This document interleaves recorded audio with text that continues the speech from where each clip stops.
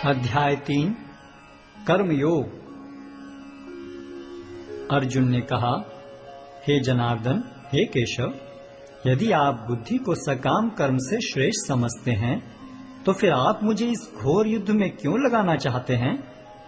आपके व्यामिश्रित उपदेशों से मेरी बुद्धि मोहित हो रही है, अतः कृपा करके निश्चय पूर्वक मुझे बताएं कि इनमें से मेरे लिए सर्वाधिक श्रेयस्कर क्या होगा। श्री भगवान ने कहा, हे निष्पाप अर्जुन, मैं पहले ही बता चुका हूं कि आत्म साक्षात्कार का प्रयत्न करने वाले दो प्रकार के पुरुष होते हैं। कुछ इसे ज्ञान योग द्वारा समझने का प्रयत्न करते हैं तो कुछ भक्तिमय सेवा के द्वारा। न तो कर्म से विमुख होकर कोई कर्मफल से छुटकारा पा सकता है और न केवल संन्यास से सिद्धि प्राप्त की जा सकती है। प्रत्येक व्यक्ति को प्रकृति से अर्जित गुणों के अनुसार विवश होकर कर्म करना पड़ता है, अतः कोई भी एक क्षण भर के लिए भी बिना कर्म किए नहीं रह सकता।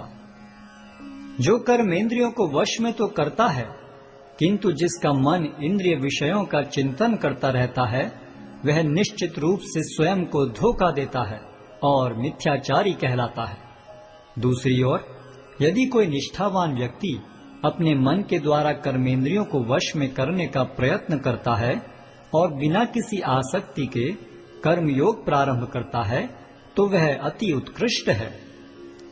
अपना नियत कर्म करो, क्योंकि कर्म न करने की अपेक्षा कर्म करना श्रेष्ठ है।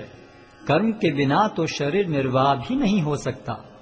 श्री विष्णु के लिए यज्ञ रूप में कर्म करना चाहिए, अन्यथा कर्म के द्वारा इस भौतिक जगत में बंधन उत्पन्न होता है।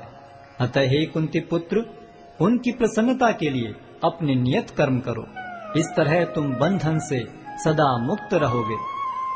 सृष्टि के प्रारंभ में समस्त प्राणियों के स्वामी ने विष्णु के लिए यज्ञ सहित मनुष्यों तथा देवताओं की संततियों को रचा और उनसे कहा, तुम इस यज्ञ से सुखी रहो, क्योंकि इसके करने से तुम्हें सुखपूर्वक रहने तथा मुक्ति प्राप्त करने के लिए समस्त वांछित वस्तुएं प्राप्त हो सकेंगी।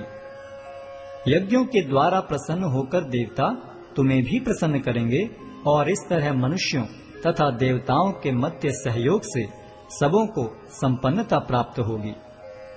जीवन की विभिन्न आवश्यकताओं की पूर्ति करने वाले विभिन्न देवता यज्ञ संपन्न होने पर प्रसन्न होकर तुम्हारी सारी आवश्यकताओं की पूर्ति करेंगे, किंतु जो इन उपहारों को देवताओं को अर्पित किए बिना भोगता है, वह निश्चित रूप से चोर है।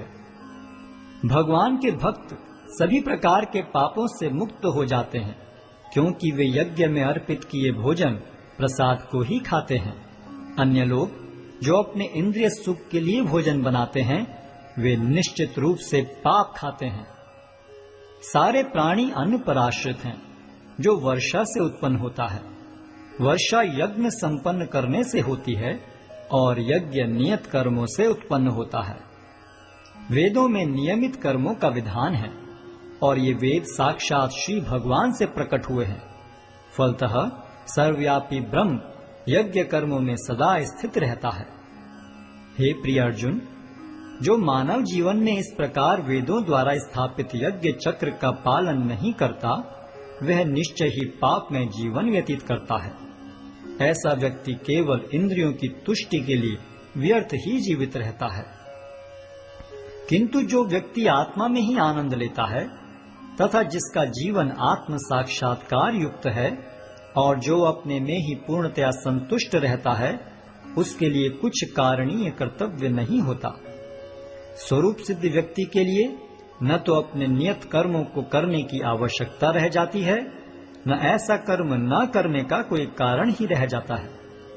उसे किसी अन्य जीव पर निर्भर रहने की आवश्यकता भी नहीं रह जाती। अतः कर्म फल में आसक्त हुए बिना मनुष्य को अपना कर्तव्य समझकर निरंतर कर्म करते रहना चाहिए, क्योंकि अनासक्त होकर कर्म करने से उसे पर ब्रह्म की प्राप्ति होती है। जनक जैसे राजाओं ने केवल नियत कर्मों को करने से ही सिद्धि प्राप्त की, अतः सामान्य जनों को शिक्षित करने की दृष्टि से तुम्हें कर्म करना चाहिए। महापुरुष जो जो आचरण करता है सामान्य व्यक्ति उसी का अनुसरण करते हैं। वह अपने अनुसरणीय कार्यों से जो आदर्श प्रस्तुत करता है, संपूर्ण विश्व उसका अनुसरण करता है। हे प्रथापुत्र, तीनों लोकों में मेरे लिए कोई भी कर्म नियत नहीं है। न मुझे किसी वस्तु का अभाव है और न आवश्यकता ही है, तो भी मैं नियत कर्म करने में तत्पर रहता हूँ। क्योंकि यदि मैं नियत कर्मों को सावधानी पूर्वक न करूं, तो हे पार्थ, यह निश्चित है कि सारे मनुष्य मेरे पथ का ही अनुगमन करेंगे। यदि मैं नियत कर्म न करूं, तो ये सारे लोग नष्ट हो जाएंगे। तब मैं अवांछित जन समुदाय को उत्पन्न करने का कारण हो जाऊंगा और इस तरह संपूर्ण प्राणियों की शांति का विनाशक बनूंगा। जिस प्रकार अज्ञानी जन फल की आसक्ति से कार्य करते हैं, उसी तरह विद्वान जनों को चाहिए कि वे लोगों को उचित पथ पर ले जाने के लिए अनासक्त रहकर कार्य करें। विद्वान व्यक्ति को चाहिए कि वह सकाम कर्मों में आसक्त अज्ञानी पुरुषों को कर्म करने से रोके नहीं, ताकि उनके मन विचलित न हो, अपितु भक्ति भाव से कर्म करते हुए वह उन्हें सभी प्रकार के कार्यों में लगाएं, जिससे कृष्ण भावनामृत का क्रमिक विकास हो। जीवात्मा अहंकार के प्रभाव से मोहग्रस्त होकर अपने आप को समस्त कर्मों का कर्ता मान बैठता है, जबकि वास्तव में वे प्रकृति के तीनों गुणों द्वारा संपन्न किए जाते हैं। हे महाबाहो, भक्ति भाव में कर्म तथा सकाम कर्म के भेद को भली भांति जानते हुए जो परम सत्य को जानने वाला है, वह कभी भी अपने आप को इंद्रियों में तथा इंद्रिय तृप्ति में नहीं लगाता। माया के गुणों से मोहग्रस्त होने पर अज्ञानी पुरुष पूर्णतया भौतिक कार्यों में संलग्न रहकर उनमें आसक्त हो जाते हैं। यद्यपि उनके ये कार्य उनमें ज्ञानाभाव के कारण अधम होते हैं, किंतु ज्ञानी को चाहिए कि उन्हें विचलित न करे। अतः हे अर्जुन, अपने सारे कार्यों को मुझ में समर्पित करके मेरे पूर्ण ज्ञान से युक्त होकर लाभ की आकांक्षा से रहित, स्वामित्व के किसी दावे के बिना तथा आलस्य से रहित होकर युद्ध करो। जो व्यक्ति मेरे आदेशों के अनुसार अपना कर्तव्य करते रहते हैं और ईर्ष्या रहित होकर इस उपदेश का श्रद्धा पूर्वक पालन करते हैं, वे सकाम कर्मों के बंधन से मुक्त हो जाते हैं। किंतु जो ईर्ष्यावश इन उपदेशों की उपेक्षा करते हैं और इनका पालन नहीं करते, उन्हें समस्त ज्ञान से रहित, दिग्भ्रमित तथा सिद्धि के प्रयासों में नष्ट भ्रष्ट समझना चाहिए। ज्ञानी पुरुष भी अपनी प्रकृति के अनुसार कार्य करता है, क्योंकि सभी प्राणी तीनों गुणों से प्राप्त अपनी प्रकृति का ही अनुसरण करते हैं। भला दमन से क्या हो सकता है? प्रत्येक इंद्रिय तथा उसके विषय से संबंधित राग द्वेष को व्यवस्थित करने के नियम होते हैं। मनुष्य को ऐसे राग तथा द्वेष के वशीभूत नहीं होना चाहिए, क्योंकि ये आत्म साक्षात्कार के मार्ग में अवरोधक हैं। अपने नियत कर्मों को दोषपूर्ण ढंग से संपन्न करना भी अन्य के कर्मों को भली भांति करने से श्रेयस्कर है। स्वीय कर्मों को करते हुए मरना पराये कर्मों में प्रवृत्त होने की अपेक्षा श्रेष्ठतर है, क्योंकि अन्य किसी के मार्ग का अनुसरण भयावह होता है। अर्जुन ने कहा, हे वृष्णिवंशी, मनुष्य न चाहते हुए भी पाप कर्मों के लिए प्रेरित क्यों होता है? ऐसा लगता है कि उसे बलपूर्वक उनमें लगाया जा रहा हो।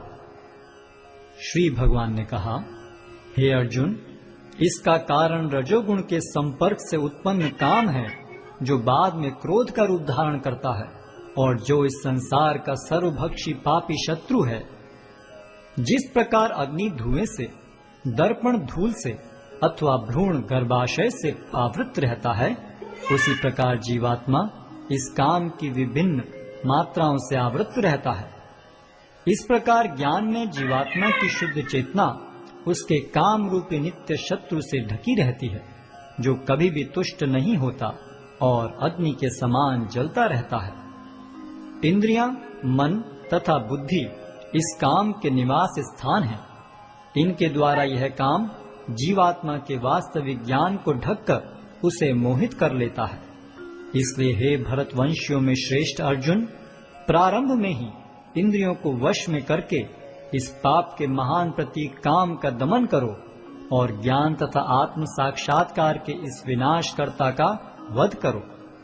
कर्मेंद्रियां जड़ पदार्थों की अपेक्षा श्रेष्ठ हैं। मन इंद्रियों से बढ़कर है, बुद्धि मन से भी उच्च है और वह आत्मा बुद्धि से भी बढ़कर है।